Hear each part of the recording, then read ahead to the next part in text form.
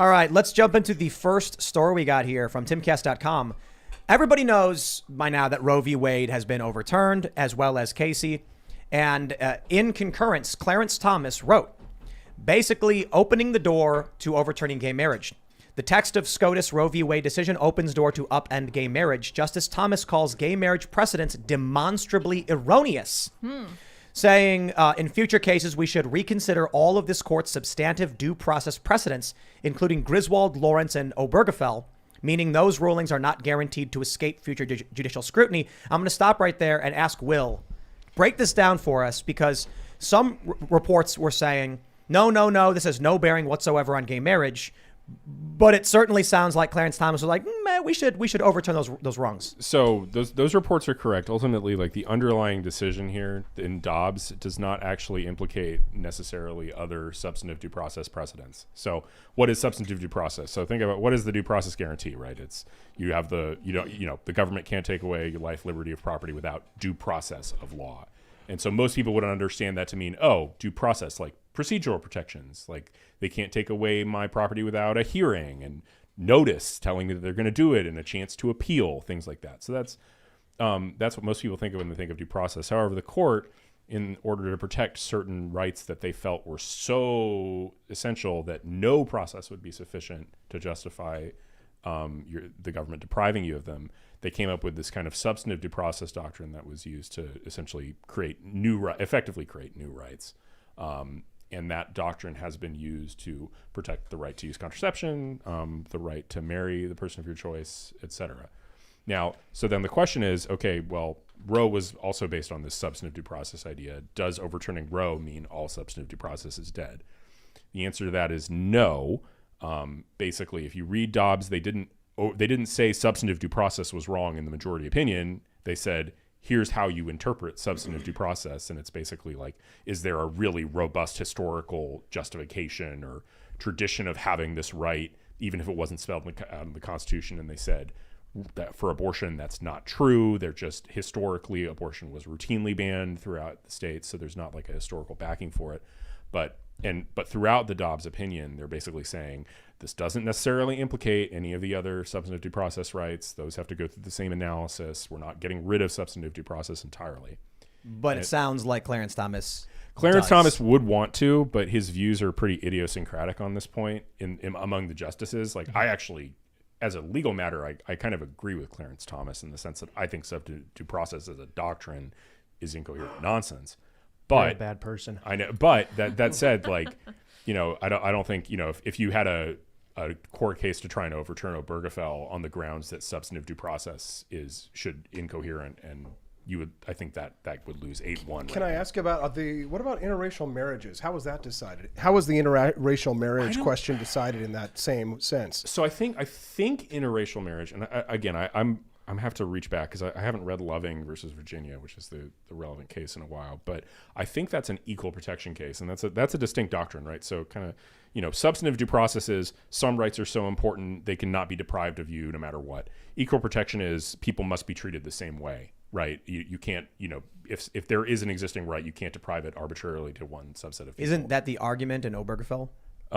So I think Obergefell is like this weird mishmash of both substantive due process and equal protection, because Anthony Kennedy was not. May he rest in peace. Or no, he's still alive. Anthony Kennedy. he just retired. Anthony Kennedy was what a not. Shout out. Sorry, he's still alive. Wrote a bunch of really terrible decisions from a legal perspective. I mean, it's not even outcome. I don't care. He was more conservative than not. But just reading his opinions was like reading a bad writer, like somebody who just wasn't very smart.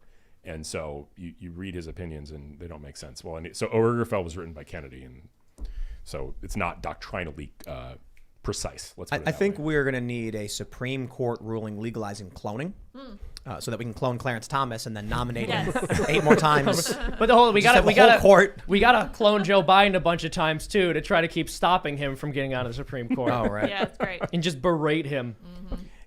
From a logic perspective, I'm reading Clarence Thomas and I'm like, what he's saying makes total sense. Mm-hmm. Yeah. And then I'm reading the dissents. I'm just like, on the gun issue, and here I'm like, they have no idea what they're talking about, do they? Well, I'm glad weird. you're making an effort to read from more people of color.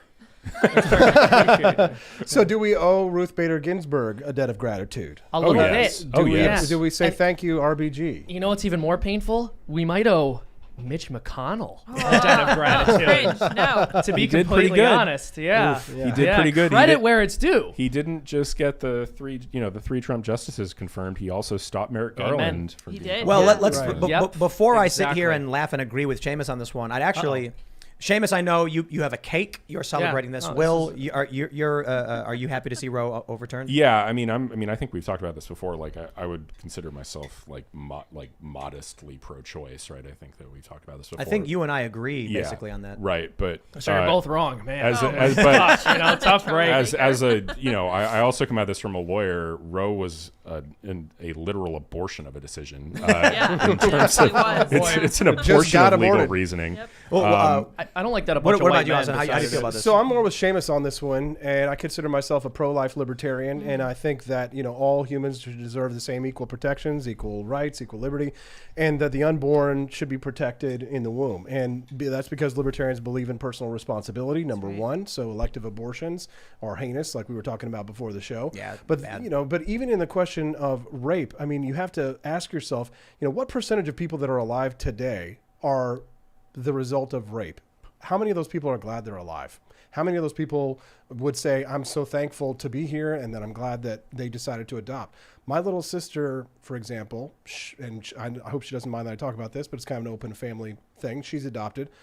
My parents and her family, they had to have a conversation to try and get her the mother to not to kill her. Wow. And then they said, please don't do that. And then once she was born, the mother didn't want her, gave her to the babysitter. And, I remember being a young man, 10 years old, seeing my little sister for the first time, 5 months old, looking up in the most beautiful brown eyes and saying to myself, I'm so thankful that she's alive and that she's here. And now I have a little sister. And I have a nephew, Mario. Shout out to Mario. I love you so much, by the way. He's an awesome nephew, a great kid. And my family is more full and complete because without adoption, and, are we talking about adoption? We need to be talking about adoption more. Yep. We need to be making adoption Yes. more easy. Legally, it's Agreed. very difficult to do it. It's almost like buying a baby these days. You've got to be rich to go and buy a baby. But we should be talking about that. We should be protecting life. We should look at life as a consistent ethic. And I believe in a consistent pro-life ethic, not because I'm religious, because I'm not, but because I do believe that all humans deserve the same individual natural rights and they should be protected from reasonable idea of conception until natural death.